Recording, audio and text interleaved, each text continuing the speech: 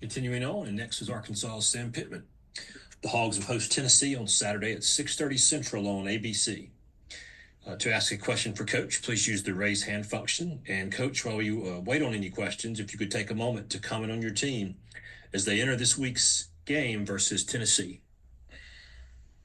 Yes. Good morning, everybody. Excited to play Tennessee. Really great team. There's no place that you're going, oh, well, we're going to attack this guy. We're going to attack that guy. Just a well-rounded team, very talented, well coached. But we're excited to get them. We're excited to get back home. You know, we've been gone 4 to 5 weeks and excited to get back home. Night game. I'm excited to get to play in front of our fans, but certainly know we have a huge challenge, a very, very fine football team. We're excited about it, though. We'll begin with Tom Murphy, the Arkansas Democrat-Gazette. Good morning, Sam. When you look at Tennessee's tackle chart, I mean, they've been playing a lot of guys, and I'm wondering if you could maybe speak to the talent on their front. And James Pierce, his numbers aren't big, but it looks to me like they're just using a lot of guys on that front. Well, James Pierce is special. I mean, very, very special, and we have to understand where he is. We've got to give some help there on him. The problem with that is they really, really push the pocket well with their interior guys, big, physical guys, 10, 20, 21, 55, 53. They're got a lot of depth there, inside and outside. So that's going to be a really huge challenge for us. We have to win first down. We have to stay out of third and long. We have to be able to run the football. We have to be able to complete our short passing game, our quick passing game, our movement passing game, our play action passing game to put, because if we let them just tee off on us, it's going to be a difficult challenge to block them at times. So they're not going to have a tired guy out there. They don't need to because they're very talented and have a lot of depth there. You said Monday you might take a little off of them, but not the tempo part and the mental part. I'm wondering how the first couple of days of practice this week have gone in that regard. We took 10 minutes off of practice yesterday. Our Wednesdays practices are usually about an hour and 48 from start to finish. So we'll stay that way. We took the pads off, went to Spiders on Monday, trying to get healthy, also trying to get our leg because this is 6 weeks in a row. Knowing that Tennessee comes off a bye week as well, that they'll be ready to go. Obviously, just simply they won't be as beat up because they didn't play last week. So we took all those things into consideration. The first 2 days have gone really, really well. Hey, Coach, hope you're doing well. A little bit off topic, but I am working on a fun story about college football ball boys, specifically when they're on the opposing team sideline. And I was just wondering if you noticed them at all during games and if you've had any memorable interactions with them over the years. I think somebody's got a T-dog. I saw that. Got a camera on him, too. But, no, I think it's anything that brings joy to people. And obviously, guys running out, getting teased, guys having different guys on the sideline handling the balls for them it's exciting for those kids, and it brings special meaning to the game, and I'm all for it. I haven't noticed a whole lot of things during our games, but the opposing team always has a ball guy over there, and I always visit with him a little bit. They're always good kids. Yeah, are they ever surprised when you chat with them at all? It seems like it. A lot of times they don't know what to say, but I just, joke with them and say, hey, stay the hell out of my way, man. And then they start smiling, so. And then I ask them what their names are and stuff like that, They got a job to do, too, and so I always have a nice time interacting with them right there as the game's just right before the game gets ready to start. Nice. Thank you so much. Next is Jackson Fuller of the Southwest Times Record. Hey, Sam. Last night talking to your players, a bunch of them, the defensive guys, really praised Nico, Tennessee's quarterback's maturity. How does that show up on film? And, what are some of the most impressive things about him? That he plays within the offense so well, that he doesn't make mistakes. Um, he's so talented. He can make every throw, but the thing that you see about him, just the way he carries himself and how he handles the team as a young redshirt freshman. And I was really, going back to the bowl, really, really shocked of how mature he is. And so I think that's the thing that sticks out. He's very, very, very talented, but his leadership skills seem to be off the chart. And they've got like 10, 11 guys, I think, averaging 10 yards a catch. I mean, does his ability to run the football as a dual threat, how much more difficult does that make the life on the secondary when he's, passing it down the field as well?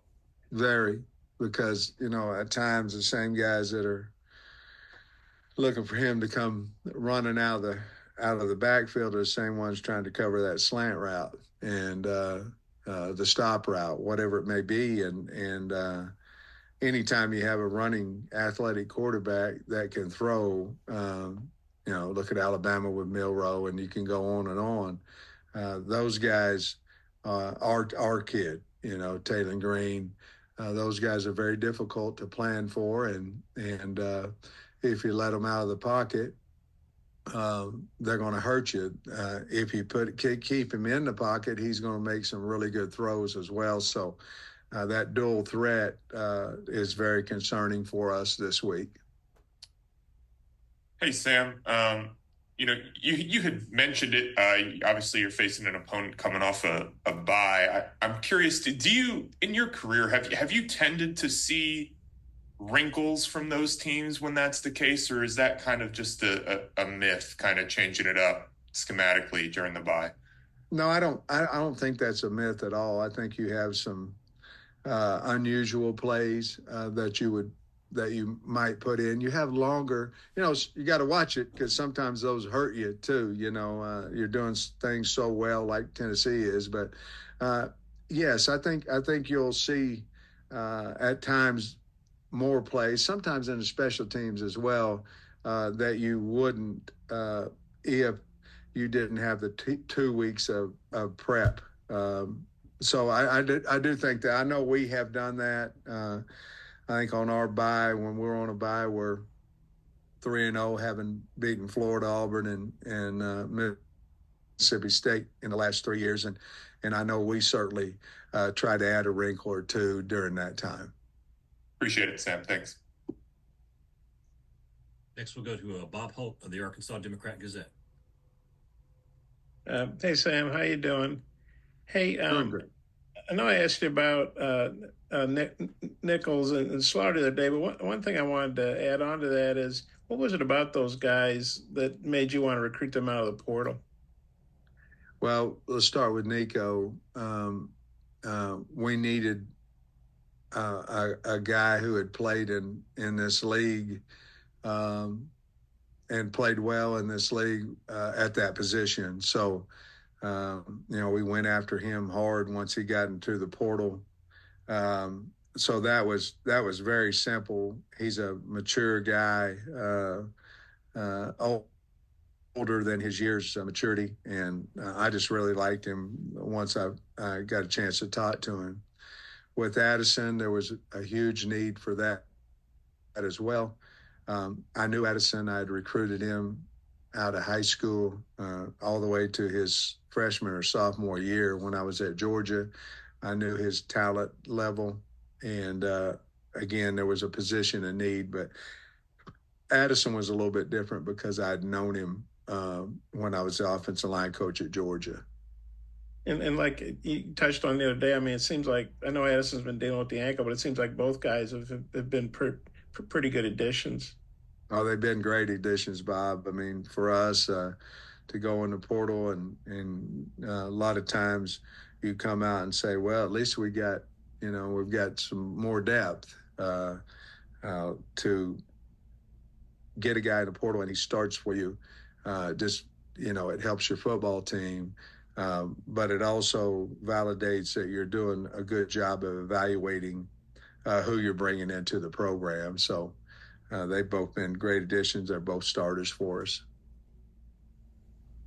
We'll continue with Tennessee's Josh Heupel. The Vols will travel to Arkansas on Saturday at 7:30 Eastern on ABC.